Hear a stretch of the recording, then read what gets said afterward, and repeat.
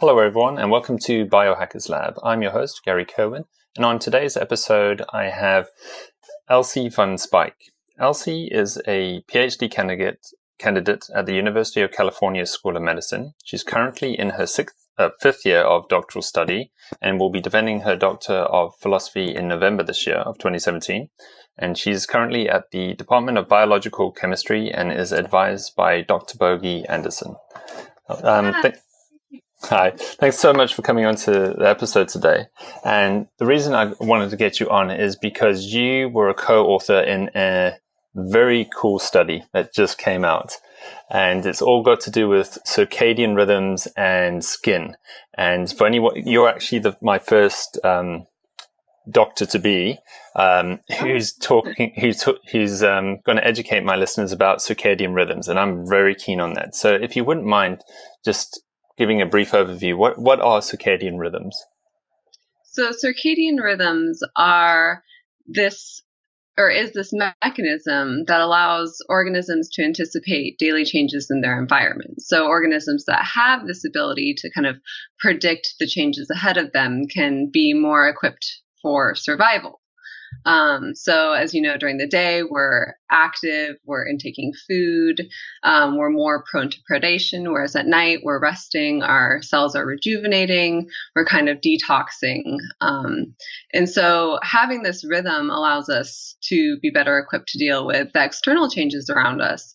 But also on the cellular level, every single cell in our body has the circadian rhythm, which allows us to separate different biological processes so that they don't occur at the same time. That could be detrimental. So, for instance, if you're synthesizing your DNA at the same time as you're having oxidative metabolism, this may result in DNA damage as a result of the reactive oxygen species. So it's really important both in our relationship with the environment as well as just in our physiological organismal self.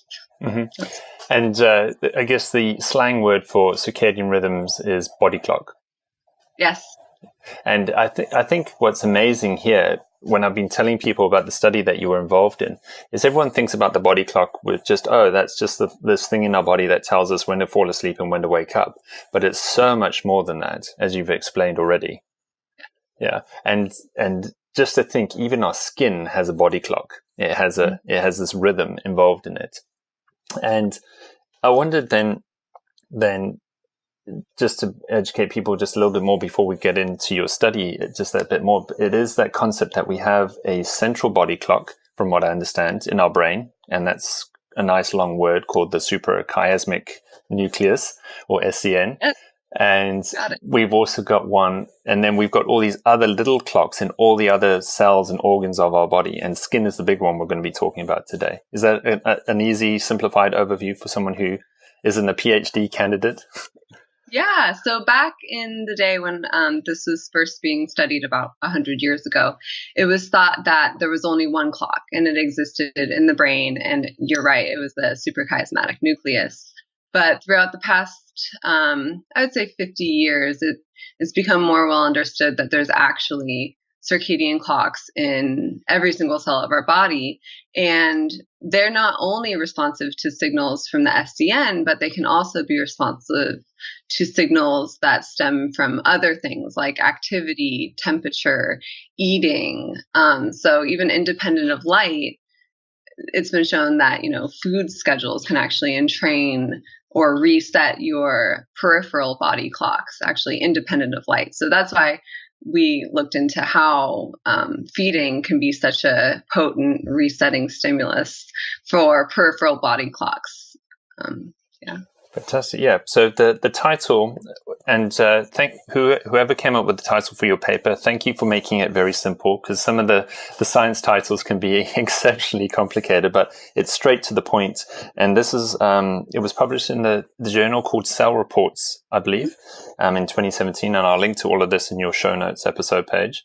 But it's titled "Time-Restricted Feeding Shifts the Skin Circadian Clock and Alters UVB-Induced DNA Damage," I believe was the full title. So nice and simple. Basically, when you eat, changes the way that your skin functions. Could you maybe just explain a little bit more about your study then for people listening?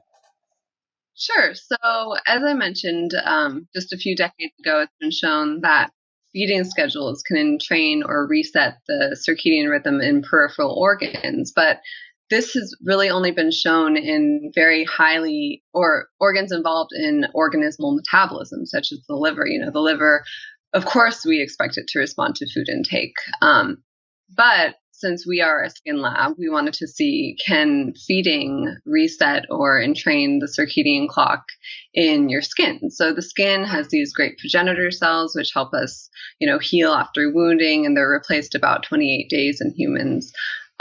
So they have this really robust circadian rhythm. And so we wanted to feed mice during certain times of the day or the night. So mice are nocturnal, keep in mind. So everything I say now, you have to kind of reverse for humans.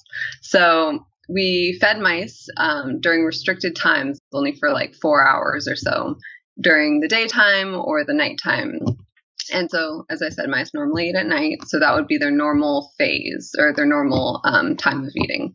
And so we fed the mice during these schedules, and then we collected their skin to look at mRNA expression. And we found that about 10% of the genes that are expressed in the skin have a rhythmic trend in expression. So about 10% are circadian, we call them. And this is highly dependent on feeding schedule. So we see that, mRNA levels are changing in a diurnal fashion, and this is really, really changed depending on feeding. So we wanted to ask, is there a functional output to these changes? So we previously, we've shown in our lab, and other people have shown, that we have a rhythm in UVB-induced DNA damage. So the sensitivity to DNA damage from sunlight, pretty much. So we wanted to see, because we knew that was regulated in a circadian way, can different feeding schedules actually modulate the sensitivity to UVB-induced DNA damage? And UVB-induced DNA damage is kind of it's regulated, people think, in kind of two facets. One is the level of cells that are in their S phase, or synthesizing DNA. Because as you can imagine, when cells are synthesizing DNA, the chromatin is spread out and kind of ready to be damaged. It's more sensitive. Mm-hmm. And the other aspect that can help regulate, or that regulates DNA damage, is the expression of this nucleotide excision repair factor, XPA. So it's this little enzyme that kind of controls or repairs the double-stranded breaks. And so we looked at both of those things in our study to see, okay, what could be causing this change in UVB-induced DNA damage? And we saw that the levels of XPA were indeed affected. So if you feed mice in this restricted manner, the expression of XPA in the skin becomes kind of dampened. And we found that the cell proliferation in the skin did not change. So actually, it still remained completely rhythmic. It became dampened as well, but it still remained in phase, which the phase would have been the thing that we're looking at. Okay. So all in all, there could be multiple mechanisms at play to explain why we see a shift in DNA damage, from being more sensitive to DNA damage during the night as opposed to the day, whereas then in the daytime fed group, it becomes more sensitive during the day than the night.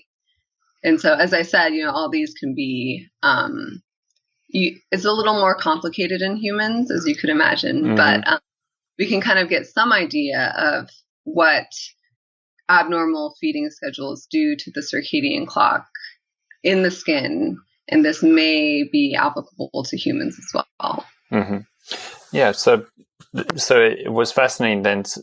The biggest factor, it sounds like, was that it was the repair mechanism was damaged. Well, it was offset, but because you were changing the natural time when the mouse would eat, and so when its skin was exposed to UVB and it would have this mechanism to repair that, it wasn't repairing as well because it wasn't coming out at the right times.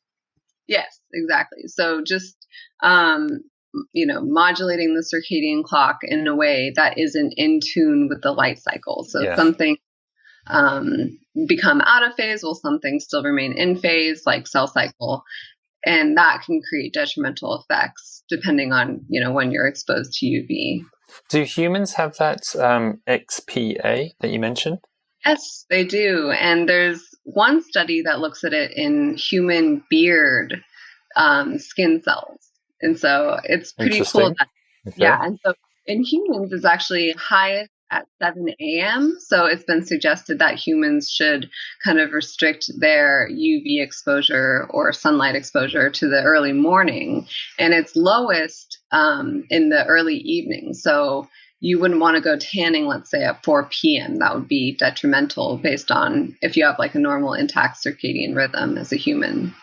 That's a great tip already, thinking this. I'm thinking, I live near the UK, and especially the north of England, sunbeds are very popular. And you would have people who might want to do sunbed tanning in the winter and say it's after work potentially, so it's late in the evening. And already there, I can hear maybe if you are following circadian biology and you're in that phase, that you don't want to be doing sunbed tanning late in the day. Exactly. Yes. Oh, fascinating. Okay. And with it's funny you mentioned the beard, because I had a previous guest on the show and we were talking about clay masking. He makes a natural clay product to help the skin. And I came across I can't remember now, but it was about hair growth and how there's the circadian biology to hair. And it got me thinking, so as a male, should I be shaving in the evening or should I be shaving in the morning to help hair growth? This is a side set to your study, but it's just coming back to your concept that, we've got these rhythms in all these cells of our body. And it was something silly like, wow, so is it better for a male to shave in the evening because of the timing of when hair is growing? That was it. So I don't want to be cutting it in the morning, maybe. Yeah, exactly. I believe I remember when those studies were being done. And you're right, you will get a greater 5 o'clock shadow, I think, if you shave. That was it, yes. Yeah. You don't get a 5 a.m. shadow, but you get a 5 o'clock shadow. And that was the idea behind that. So should I be shaving in the evening? Yeah, I would recommend that. Sorry, and plus time in the morning. Cool.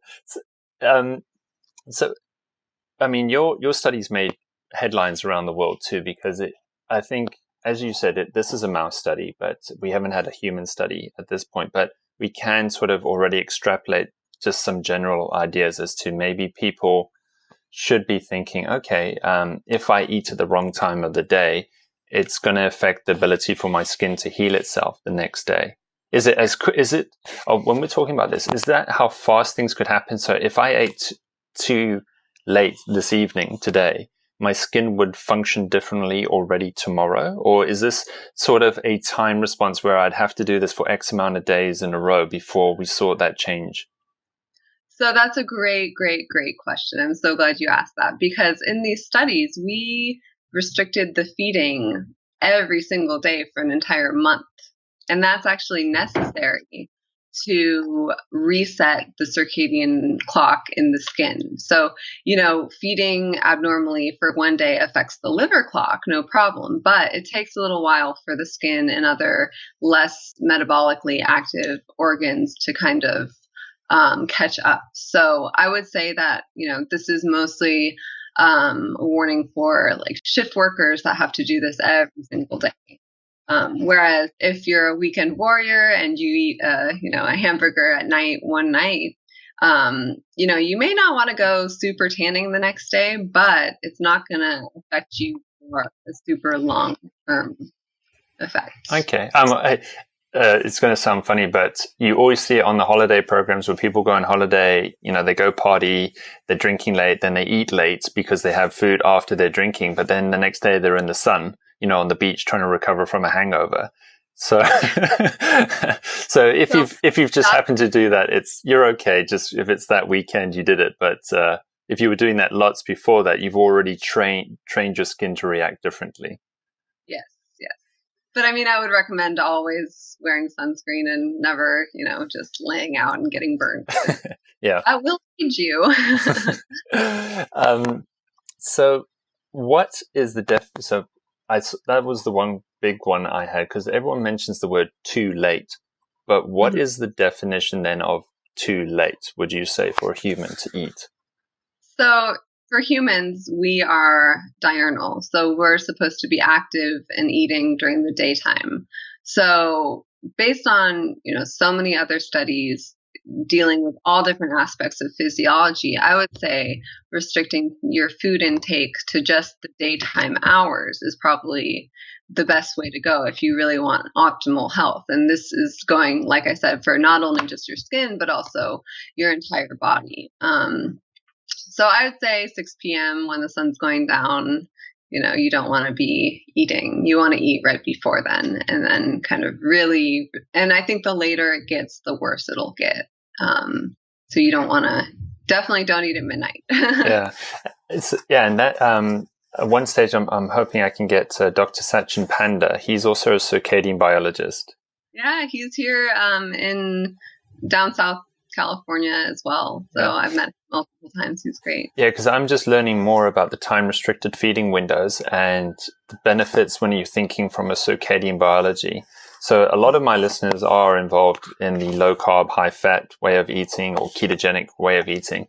And from your study and Dr. Panda's studies, the one thing I never hear in that community is about when people say I'm struggling or there's issues that crop up, it's people asking, what's your window of eating? When do you eat? When's the first bite you eat? When's the last thing you eat in the day? Because according to the world of research that you're involved in, that has a massive effect on how your body functions just by the times of day when you do eat. Yes. And I believe his lab has actually developed kind of, I think, a cell phone app that will help you track your when you're eating and how your circadian phase is doing. And I forget what it's called, but you should link on that as well, because it's allowing, non-scientists to really be able to track their circadian eating and activity. And they can, track their success on weight loss plans, etc. So, I forget what it's called. I have seen it before. I'll link to that in the show notes. So with the publication also of your study and a lot of the media outlets using the headline, if you eat too late, you're going to get skin damage. Was there something else that you felt that the point wasn't getting across properly from your study in that? So we mentioned then how long you'd need to keep eating too late to create the damage. And by definition, someone would think too late is when you're eating past 6 p.m. maybe in the evening on a regular basis, which, to be honest, I think a lot of people, that's normal people's cycle that they would, I know, especially in the UK, I would only get to eat my dinner between 7 to 8 p.m. sometimes after work. So already that's why I love this. And I want to talk more about circadian biology, because it's automatically, I've already changed my feeding window now to think more in a body clock fashion, that I don't want to be eating so late in the evening as a long-term health benefit, maybe. Yeah. I mean, I think making the shift working community really aware of these problems, because they are really going to be the ones extremely affected by this. And of course, after a week of shift working, they may want to go tanning on the beach, but they need to be aware that they're, pretty susceptible. And, even just us, if we have one late night eating, it might still be able to affect us the next day. And I think the take home is that we just don't know. And I don't think it's worth risking it to, be more prone to skin cancer, which UVB and UVA is the leading cause of skin cancer, in this nation and probably across the world. Yeah. And as I mentioned, I come from South Africa, so a very sunny environment. And I was always fascinated when I read studies that skin conditions like melanoma, so the deadly skin cancer, was actually very prevalent in the northern hemisphere, in darker countries like the UK. And I'm already just trying to think hypothetically that potentially we're talking circadian biology here, where people have disrupted light cycles because they're exposed to more artificial light in the evening in the northern hemisphere, and they're eating too late. And that's potentially then what's maybe linking to weaker skin protection in the long term, which is how people in the northern hemispheres could be predisposed to things like melanoma. Yes. And when you see one of those world maps of the light emittance in all the different countries, Europe is a big player in that light emittance, and especially London. So I think, Europeans do have a habit of eating later, and that could potentially contribute to melanoma, for instance. But I think there's also the fact that there is less melanin in their skin. And so melanin, in darker skin tones protects from the harmful effects of UV. So I think it's probably multiple factors at play. It's a different way of thinking that we should kind of get into, for sure. Yeah, and that's what I love about this. If you think body clockwise, if you think circadian biology, you could sort of tie it in as a foundational thinking for so many different conditions and illnesses. And when you're trying to biohack, when you're trying to improve your own health, is always try to get that foundation correct. So just get that body clock more in tune, and then you can try tweak your other metabolic functions on top of that. It's necessary. I mean, if you're on a weight loss plan, there's no point in doing it unless you're, eating at the correct time and going to sleep at the correct time. It's a great detriment when I see people trying to lose weight and they're eating their diet granola at 9 p.m. I'm like, what are you doing? So definitely metabolically, but also this new idea that it can have an effect on your skin health and how your skin ages potentially. And how are you finding your research being sort of syndicated into the general medical community too? Because that must be so strange for some general practitioners or medical doctors. Think, okay, so I tell patients I should be asking patients what time of day they eat too, because that makes a massive difference.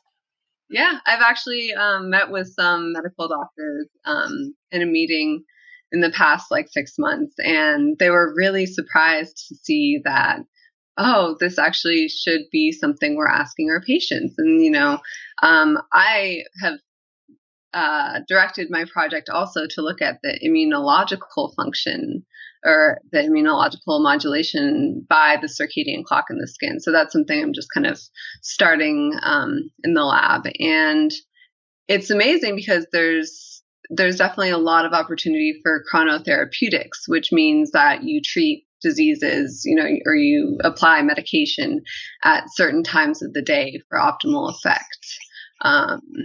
So I think that this has to be done in the medical field. And I have friends teaching medical school, and they're teaching their students this. So it's really Fantastic. exciting and worthwhile to kind of get this out in the public eye. Yeah. Yeah, that was another, when you were saying the application of certain medicines, even I believe it was chemotherapy or radiotherapy, that there's optimal times in a day to allow your body to get exposed to that in a more efficient manner. So you never hear of that in an oncology lab. They would say, unfortunately, it would be, I can't imagine a poor oncology lab trying to do that, thinking, oh dear, so we can only treat patients between 8 a.m. and 10 a.m. Outside of that, it's body clock inefficient. You're not going to get the best effect, but it's something for people to think about. Mm-hmm. Yeah.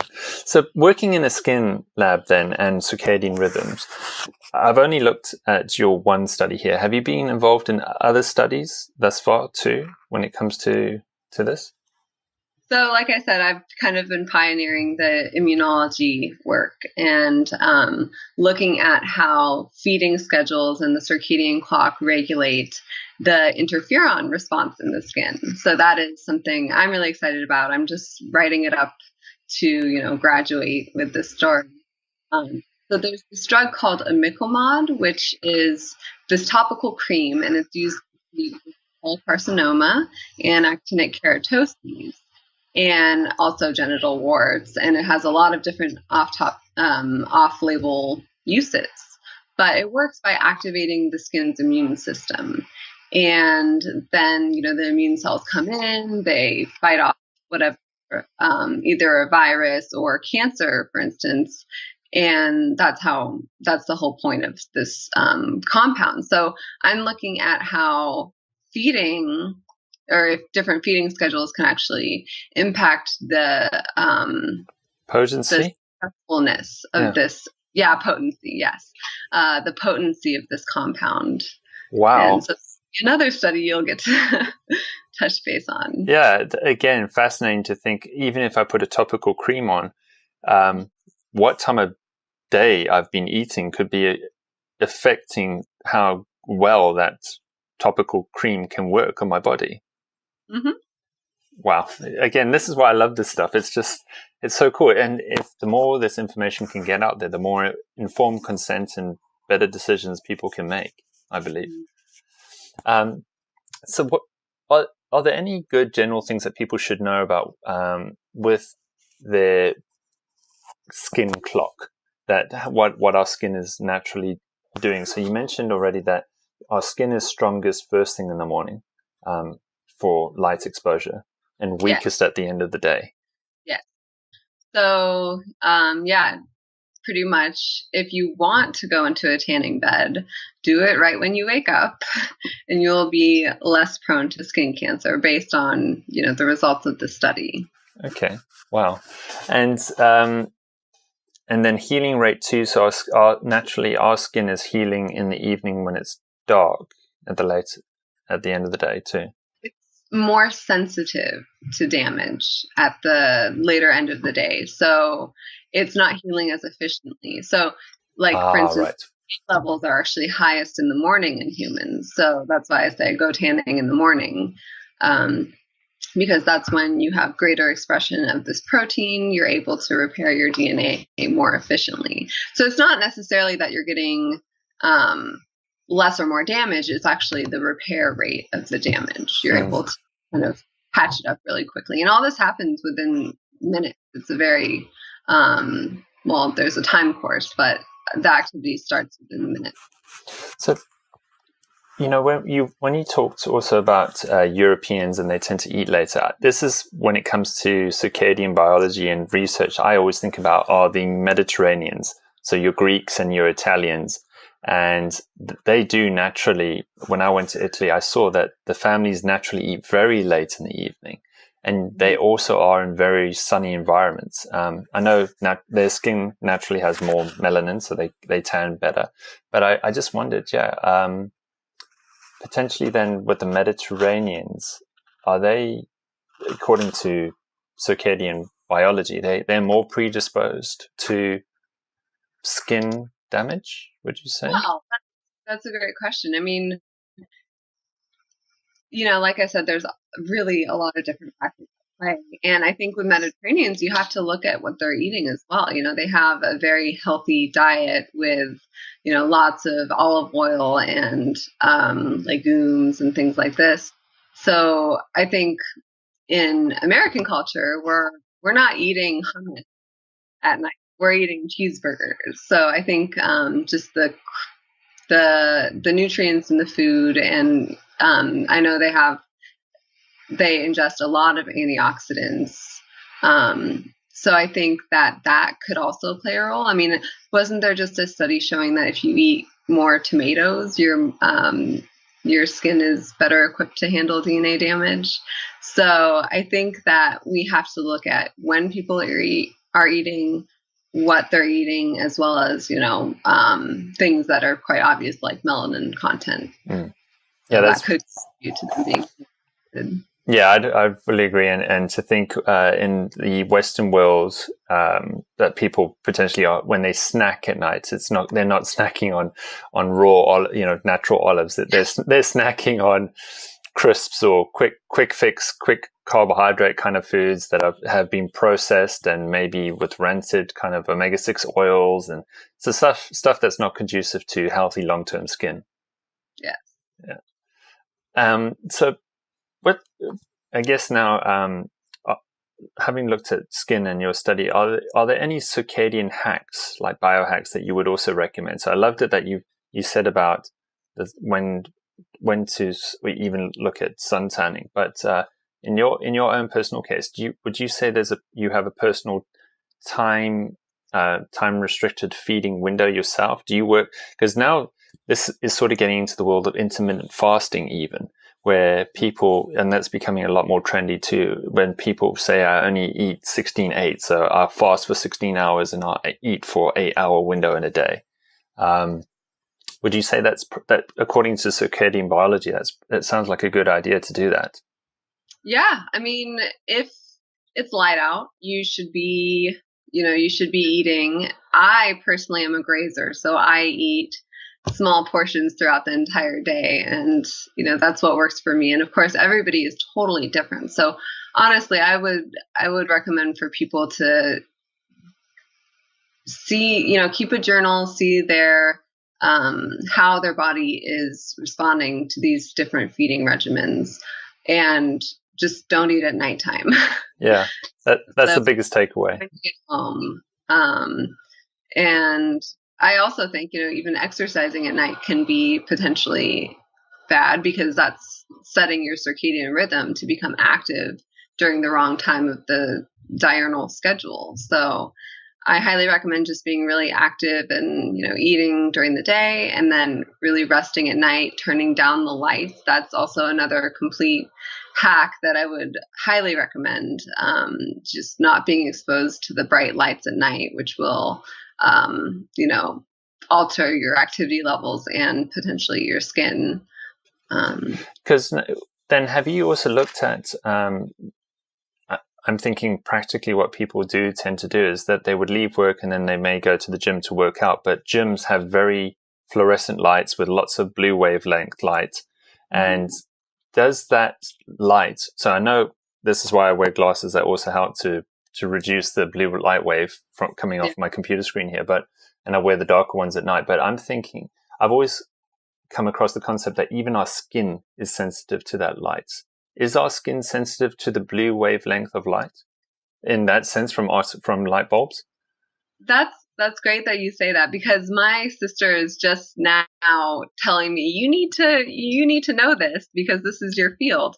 There are emerging studies showing that blue light is more detrimental to your skin and can cause damage, even though typically we only thought UV could cause damage. So those studies are just now coming out, and I definitely need to look more into them because I just haven't. But I think that studying that, and especially studying it in a circadian manner, so exposing human skin to light or taking a biopsy from humans that are exposed to this blue light during the daytime or the nighttime, might be really, really important in human health, and just learning more about what is actually going on in our skin and what's causing damage in our skin. So right now, those are very, very preliminary studies from what I can tell.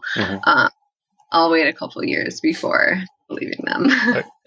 And so, because within our skin, we have two big layers. We have the epidermis and the dermis. And the dermis is, for anyone who doesn't know, that's the layer where all the cell growth happens and then pushes up, and you get the top surface of your skin is called your epidermis. With this skin clock, this peripheral clock, is it in the dermis or the epidermis or both? Do you know? So it's in every cell of our body. Okay. So that's a great point. But so our dermis is actually mostly fibroblasts. Our epidermis, there's actually the basal layer, which is the layer of the progenitor cells. So it's actually in the epidermis that your cells are dividing and growing to create the thicker epidermis, which is, the outermost barrier.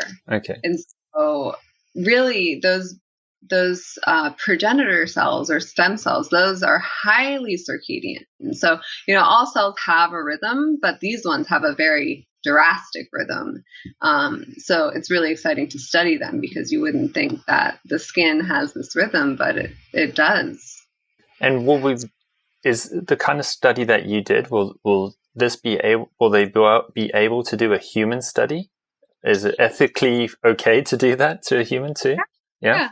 So there's many studies, like I said, with the hair follicles from the beard. Obviously a big issue with human studies is the fact that you have to take a biopsy of the human, and that could be painful. It might lead to scarring. So I think doing studies on humans that are going to undergo some kind of reductive procedure, such as like a tummy tuck or a breast reduction, if you apply UV right before you excise the tissue, then I could see that being, a good study plan and reduce the pain and the healing time from patients. And so really, I think medical doctors have to learn about these studies. And this is so great that you're interviewing me because, the more this gets out there, the more medical doctors will be aware of it and they'll immediately want to study it. So I think it's definitely possible and it should be done. It's just getting the right medical professionals to take it on. And so your interest is, because you said you're involved with a skin lab, so it's just mainly skin that as the organ that you study. So we study transcriptional networks, and we have transcriptional networks all, in every single cell. It's how we regulate gene expression and protein expression. But we focus on the transcriptional networks in the skin during development and during wound healing. And also we're even looking now at the single cell level of what's the transcriptional activity going on in every single different cell type of the skin. So these are kind of new studies that are looking at, potentially the heterogeneity of the skin. And so, for instance, we might not just have one circadian phase or circadian rhythm in the skin. It actually is an amalgamation of many circadian rhythms that are, potentially slightly different in phase to each other, and different in different cell types. So I think, looking at the skin and looking at all the different cell types, it's a very heterogeneous kind of fruitcake. So we have a lot of things to investigate and work with. And it's also got me thinking, skin that's already trained for the sun, so someone who's already got a tan. Mm-hmm. Do you think this XPA is still going to be delayed if you've already trained your skin by bathing it in sun, but then you end up eating too late? That this is where you may think, I'm protected because I've got a good tan, but if at a cellular level, doing what you do, you could actually see, unfortunately, you're not doing this XPA, this repair mechanism. So you're giving yourself a false sense of security, thinking, I've trained my skin to be good in the sun because I'm tan, but actually, if you look at a cellular DNA level, it's not repairing efficiently. So even people with dark skin tones, they still have circadian XPA, I believe. I'm pretty sure. But so it's this whole other aspect of skin biology that you wouldn't think of by just looking at somebody. And it should certainly be considered by people of all races because we just don't know. And I think it's better to be safe than sorry.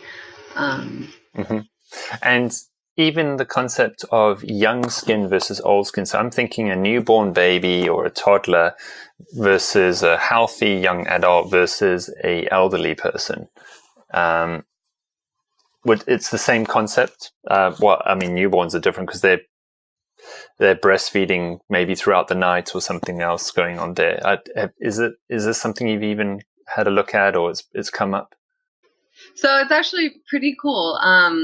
In humans, there is not a robust circadian rhythm, as you know, throughout the first months and months and months of life, because these poor mothers are having to take care of their kids every few hours. So that's actually, there's been developmental studies in mice showing that indeed the circadian rhythm, all these circadian gene expression, it doesn't happen like that in babies. So they could even be more predisposed. So we really don't know what's happening during the development aspect. Surprisingly, there's been studies in human eyelids. So when you have an eyelid lift, they'll take a piece of skin and they'll actually measure the amount of DNA mutations in that skin. So people that look totally normal and have, no cancer, no nothing, they still have mutations. And it's just that they haven't gotten the right combination of mutations to cause skin cancer. So that study was really surprising to me. It came out like last year or this past year, that even totally normal people are still getting DNA damage and just on their eyelids.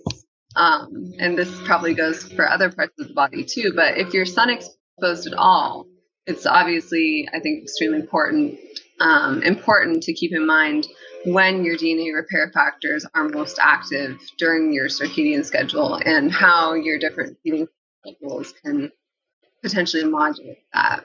And this is applicable, like I said, any age past development. So after, I think the first year of life in humans, then you're able to have a circadian rhythm, and this would be most applicable to people that have that. And a person who's in the older age group, do they have a different circadian rhythm to a young adult who's in their 20s and 30s? So that's a good question. Sorry, I'm challenging you with a couple of side ones.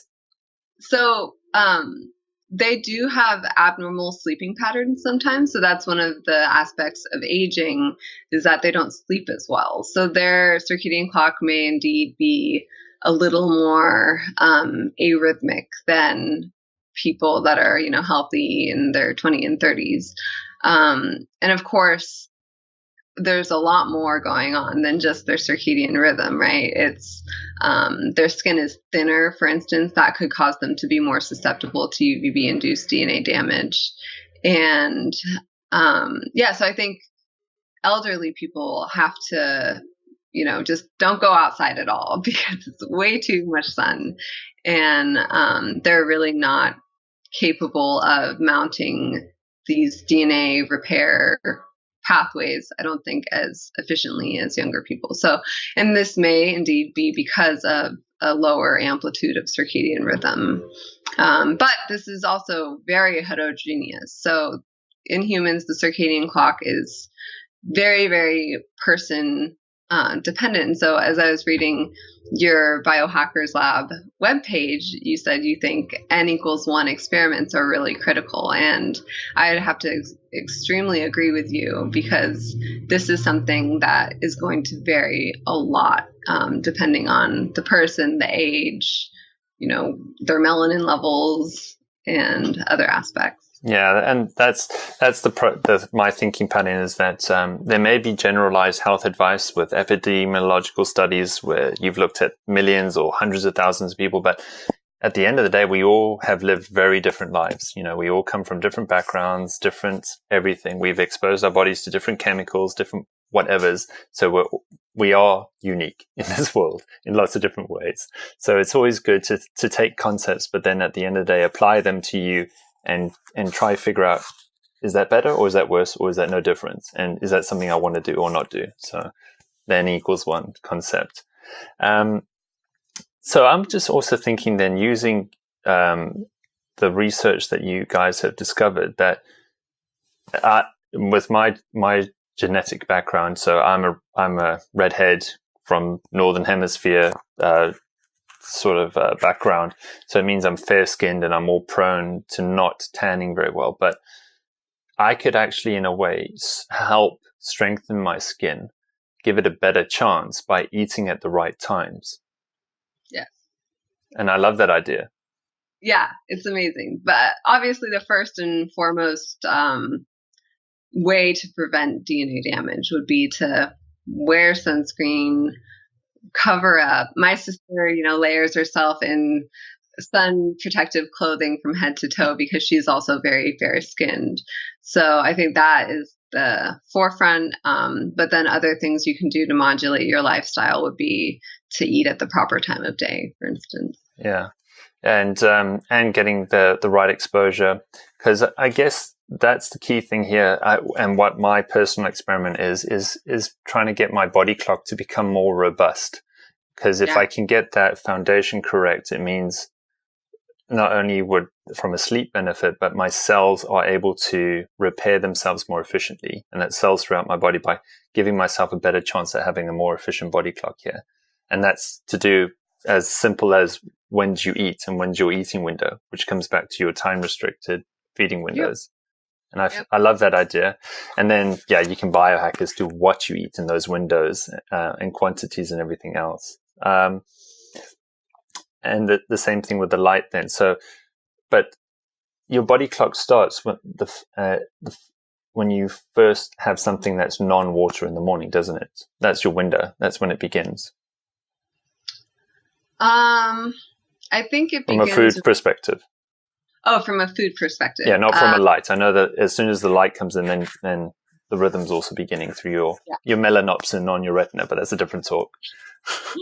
Yes. Yeah. So I would say when you ingest food for the first time in the morning, that's going to kind of signal the beginning of the food entrainment for the day. And that's got me thinking, then coming back to the intermittent fasting, about people skip breakfast or they eat later in the day. So from a circadian biology point of view, that's maybe not a good thing to do.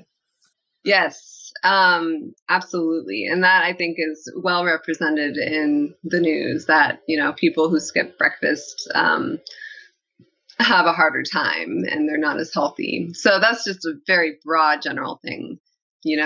I agree with it because knowing what I know about the circadian clock and feeding, to get your optimal phase, what I do is, eat first thing or, within 1 hour of waking up, and then, eat however you choose to during the day, whatever restricted feeding schedule you want, but then really limit or don't eat at all after the sun goes down. When you see the sun setting, you want to dim your screens, you want to put away all your food.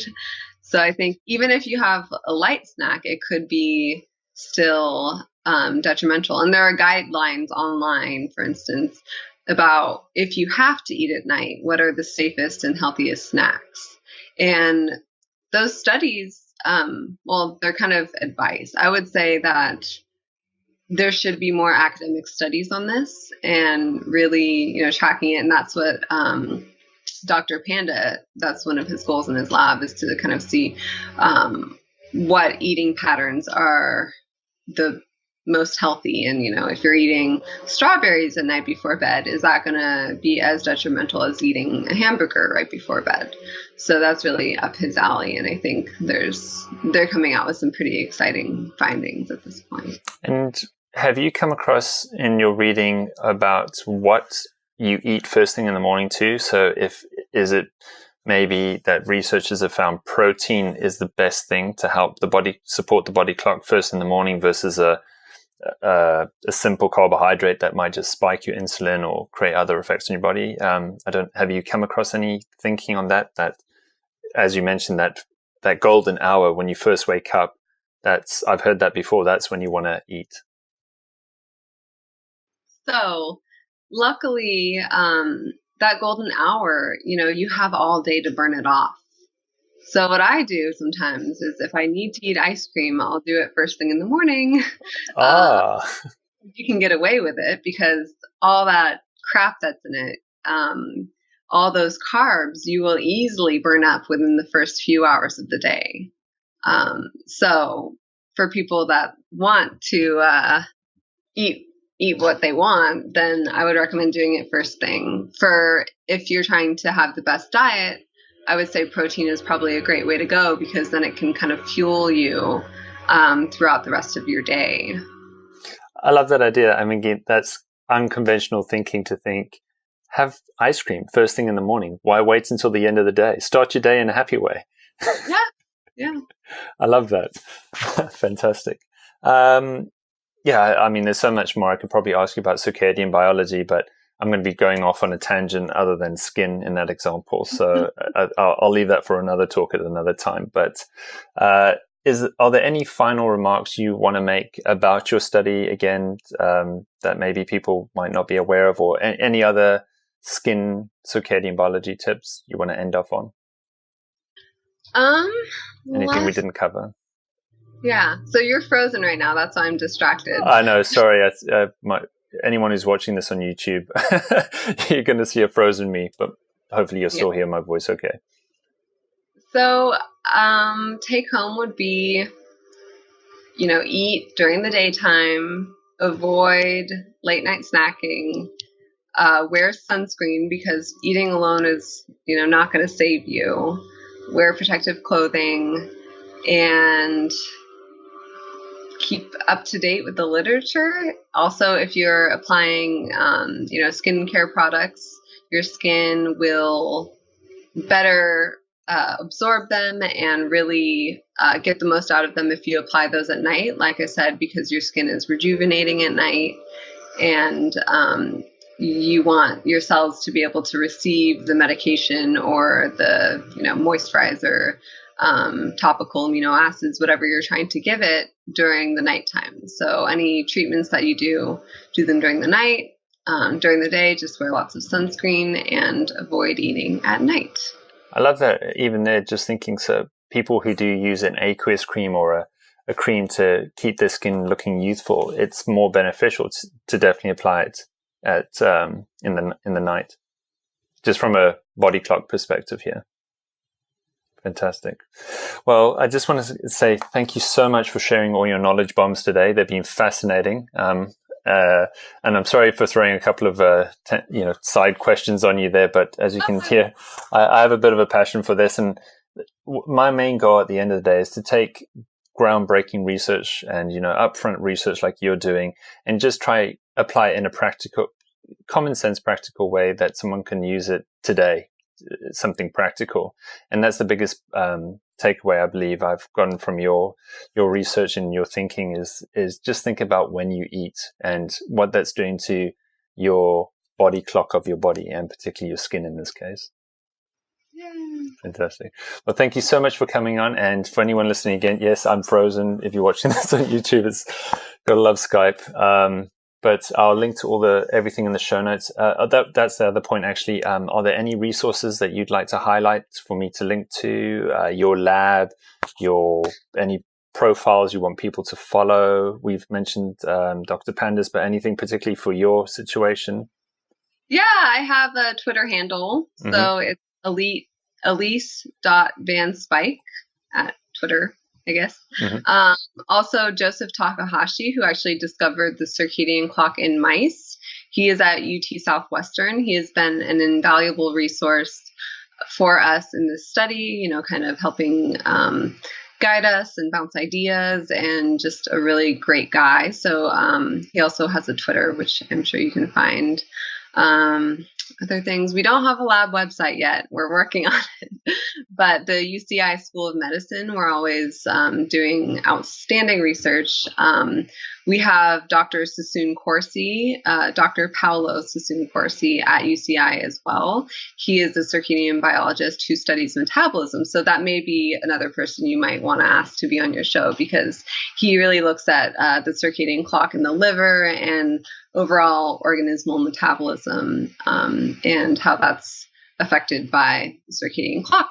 So, other than that, nope. Okay, fantastic. Well, thank you again so much for coming on for today's talk. Yeah, thank you so much.